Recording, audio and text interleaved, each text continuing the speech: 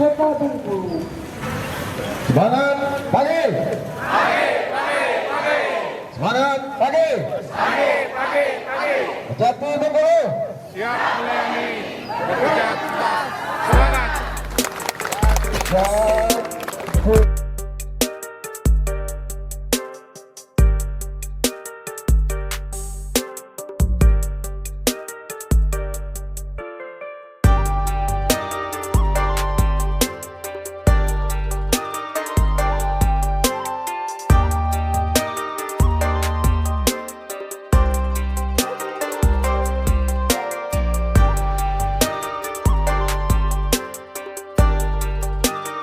Kami Kejaksaan Tinggi Bengkulu mempunyai moto pelayanan 3S, yaitu short, mempunyai makna siap melayani, smart, bekerja tuntas, dan spirit, yaitu semangat. Tim informasi pemulihan ekonomi ini bisa meningkatkan pemulihan ekonomi Provinsi Bengkulu, di mana tahun yang lalu kita Provinsi Bengkulu pertumbuhan ekonominya cukup signifikan, di atas rata-rata dari seluruh Sumatera.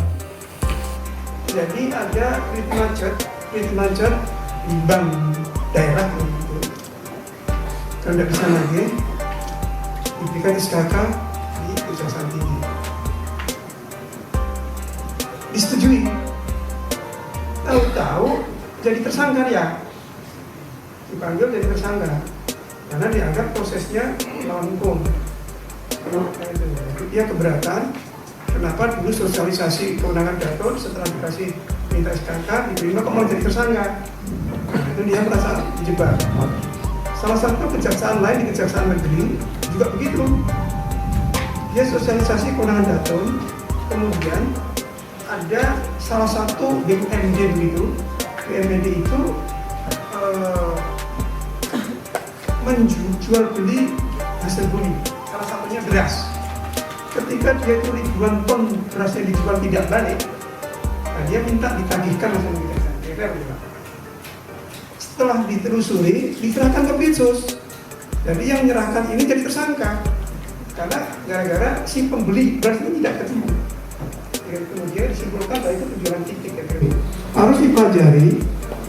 Kalau misalnya itu ada sesuatu kekayaan negara yang pernah keluar, pelajari dulu. Jangan langsung diterima datanya. Nah, ketika itu adalah proses yang melawan hukum, itu potensi korupsi. Potensi korupsi. Nah, salah satu di Semarang. Sekarang jadi ambigu kita. Sudah terlanjur diterima di Bank Jateng. Ternyata prosesnya melawan hukum. Jadi ragu-ragu ini mengeluarkan sprint lead. Kalau sudah terlanjur sekali diterima SKK-nya. Kalau yang di dua tempat tadi sudah jadi tersangka, maka mereka teriak. Kan gitu. Nah, terus bagaimana cara batasnya? Saya punya pemikiran, ketika peristiwa itu sudah ada hukumnya sendiri yang menyelesaikan, mestinya bukan jatuh. Hati-hati, misalnya pemberian kredit, penjualan hasil bumi, itu ada sesuatu kayak negara yang pernah keluar. Diteliti dulu apakah keluarnya melawan hukum atau tidak. Artinya kalau itu melawan hukum, maka hukum sudah ada penyelesaian sendiri, yaitu korupsi. Yang ingin saya tanyakan Pak, beberapa waktu lalu Mahkamah Konstitusi telah membatalkan kewenangan jaksa untuk mengajukan PK. Ya. Pasal itu diatur dalam pasal 30C besar huruf H kecil. Ya. Sementara di penjelasan yang pasal dibatalkan tersebut menyatakan bahwa kewenangan PK oleh jaksa itu hanya untuk putusan yang menyatakan dakwaan terbukti tetapi tidak mengandung pemidanaan. Pertanyaan kami, langkah hukum apa yang sekarang bisa dilakukan jaksa apabila setelah putusan MK ini berlaku ada putusan yang menyatakan dakwaan terbukti tapi tidak mengandung pemidanaan? Karena nggak mungkin yang melakukan PK-nya itu ada terpidana Pak, karena putusan semacam ini menguntungkan terpidana. Sementara dalam praktek tahun 2018 putusan semacam ini pernah diterbitkan oleh MA. Mohon petunjuk Pak. Oke, ya, kadang-kadang ini. Jadi saya itu waktu itu ceritanya agak marah lah. Ketika di RU kita Undang-Undang 11 itu kita dilarang PK. Kan gitu. Sementara kita sudah beberapa kali mengajukan PK. Dasar PK di ayat 3. Jangan dilarang PK sudah gitu. Karena dalam negara dalam keadaan tertentu nanti membutuhkan itu. Ketemulah ayat 3 ini. Kenapa? Kalau Anda baca baik-baik, ya kan? Kira-kira siapa yang PK? Di sana tidak ada kata jaksa, tidak ada penuntut umum. Kalau di ayat 1 ada 2 orang, terpidana atau ahli warisnya. Pertanyaan pertama dulu deh. Kira-kira kalau putusannya berbunyi seperti ayat 3, kira-kira terdakwanya dihukum nggak? Dihukum. Hah? Ayo, dihukum nggak? Ketika ada putusan bunyinya seperti itu, kita kira-kira terdakwa dihukum nggak? Ya. Ketika terdakwa tidak dihukum, itu yang boleh terdakwa yang PK. Kira-kira dia alasannya apa ayat 3? Jadi memori PK-nya supaya aku dihukum gitu. Kok dia nggak dihukum?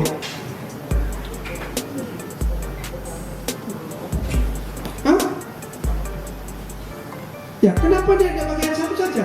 Kok alasannya toh sama? Atas dasar ayat yang sama sebagaimana ayat 2. Ada 3 biji ayat PK. Novo, ada pertentangan berbagai putusan, ada kegelapan yang nyata dari hakim dalam putus perkara. Pakai ada ayat 1.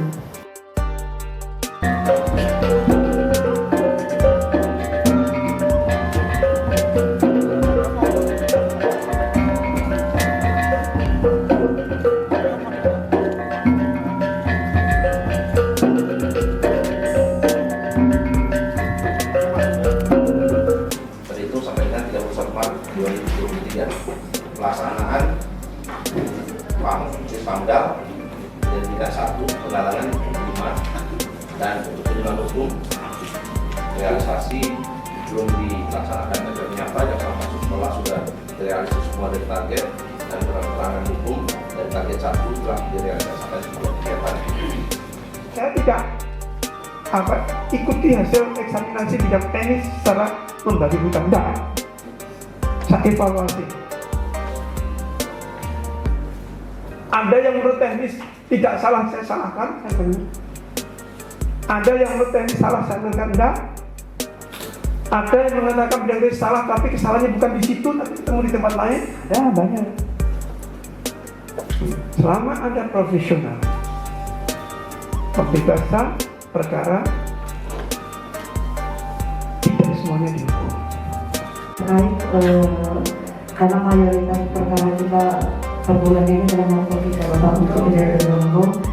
Jadi ini terkait penerapan pasal penerapan pasal 127 di Undang-Undang Nomor 35 Nomor Narkotika itu Pak, bagaimana untuk penerapan pasal tersebut apakah diwajibkan untuk kita asesmen terlebih dahulu Pak, mengingat ada peraturan bersama antara Mahkamah Agung, Kementerian Hukum, Menkes, Mensos, Jaksa Agung, Polri dan BNN yang pada pasal 4-nya lebih kurang menyebutkan bahwa untuk kategori pecandu dan obat penyalahguna itu harus dilengkapi dengan hasil dari tim asesmen terpadu Pak.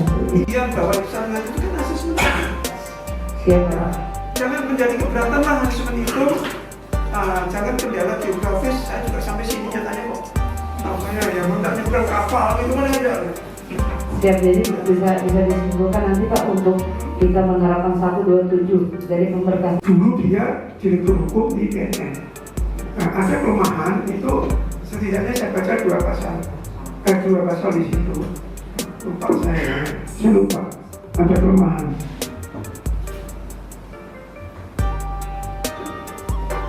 Jadi asesmen itu menggunakan kata dapat. Gitu kan? Nah, ketika kata dapat, maka dulu polisi nggak mau. Dan itu mau. Saya tegur itu Pak Terakhir. Ya ini nggak bisa optimal kalau nggak wajib. Apa jawaban beliau?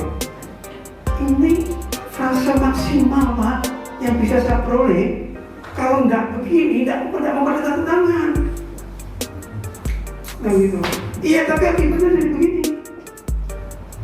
Ya gitu kan. Akhirnya dengan pendekatan ke Kapolri baru Undang-Undang Nomor 35 Tahun 2009 tentang narkotika di pasal 101 menyatakan narkotika, prekursor narkotika dan alat atau barang yang digunakan di dalam tindak pidana narkotika dan prekursor narkotika atau yang menyangkut narkotika dan pertahanan dinyatakan dirampas untuk negara. Namun prakteknya kita rasakan sehari-hari narkotika itu kita dirampas untuk dimusnahkan, Bapak. Sehingga mohon pencerahan atau pendapat dari Bapak, kalau misalnya ini ada kesenjangan antara Dasolid dan Dasen ya Pak, di Kabupaten menyatakan dirampas untuk negara. Mohon pencerahan dari Bapak, apakah terhadap undang-undang ini memang ada kesalahan di dalam undang-undang atau bentuk seperti apa narkotika yang dapat dinyatakan dirampas untuk negara? ya sekarang ini RUU perubahan narkotika sudah kalau digodok dirubah, itu tidak termasuk yang dirubah. Kan gitu, itu tidak termasuk yang dirubah pasal itu. Dan ini menimbulkan persoalan. Kenapa? Kalau itu dirampas negara, perintah pasal 273 ayat 3 KUHP itu dilelang. Ya kan? Perintah undang-undang itu, kalau barang dirampas negara, maka penyelesaian lelang. Ini Pak Kajati pasal 104 ayat 1. Narkotika, prekursor narkotika dan alat atau barang yang digunakan dalam tindakan narkotika dan prekursor narkotika atau yang menyangkut narkotika dinyatakan dirampas untuk negara, bukan dimusnahkan. Dalam kata dimusnahkan itu pada tidak tahu sebenarnya dari tadi. Pengadil tidak tahu, saya tidak tahu, yang saya pilih saya itu. Terus dalam perkembangannya ada hakim yang tahun ini tidak mau rampas untuk dimusnahkan, dia ikut ini karena perintah negara. Yang ikut ini yang bingung kita, bagaimana eksekusinya?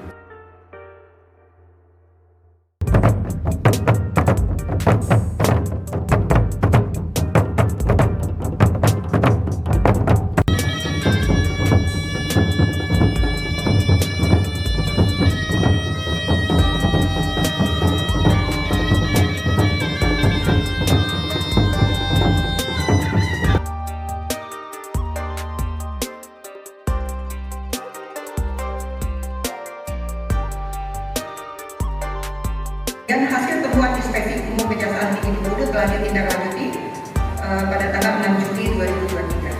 Kemudian di bidang pembinaan kami juga menyediakan layanan pengaduan, yaitu berupa layanan pengaduan whistleblower system, kemudian layanan aspirasi dan pengaduan online, kemudian pengaduan masyarakat melalui WA bisnis, kemudian survei layanan terpadu satu pintu yang sebanyak kita taruh di PTSB. Kewenangan EJ berdasarkan rekomendasi tidak ada di KUHP, bisa tidak sebagai Bapak? Itu yang pertama. Yang kedua, saya kemarin juga saya mencermati terkait Bapak bicara tentang pasal 98 KUHP tadi Pak, pembangunan tadi. Saya melihat di ayat 2 itu hal korban yang meminta kepada majelis hakim. Nah, jadi bermasalah ketika saya dan juga ada beberapa perkara yang dilakukan Bapak. Salah satunya misalnya ada skema Ponzi kemarin yang PNS-FB biasa, itu dia meminta kepada majelis untuk menggabungkan antara pidana dengan perdata. Nah, ada juga permasalahan kemarin misalnya kasus case level, barang bukti tahap pertama diputus KR itu dirampas untuk negara. Nah, saya melihat teknisnya seperti apa kalau kita Bapak? Apakah dimulai dari dakwaan ataukah kita memasukkan dalam tuntutan? Oke, kalau pesannya jangan ikut-ikutan sebelah. Tanggung jawabnya pada Bapak. Kita lawannya banyak aja. Saya buka aja, saya baru saja dapat laporan. Sedang kemarin khusus nanti nunggu KUHP sekalian saja.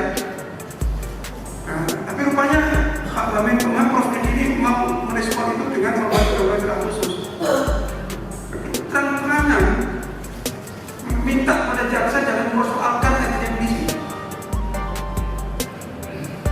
Ya ketika ini melakukan juga ketika kita bicara bahwa administrasi kejaksaan tidak sama mutu ya begini.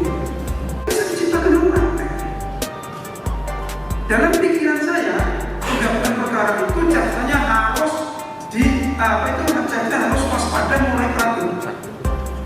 ketika dia memiliki berkas perkara, pikirannya sudah terpatri bahwa nanti ini bisa dimintakan penggabungan. Jadi misalnya datanya ada si pejabatnya apa saja, kan nanti bisa CV konservatif besar macam-macam kan begitu. Katanya apa saja dan sebagainya, nanti minta hakim untuk penyitaan dan sebagainya. Perkara perdata lebih luas daripada sekedar kompensasi dan di dalam restitusi di TPPO itu dihitung oleh LPSK. Pada Jaksa Agung Muda Kawasan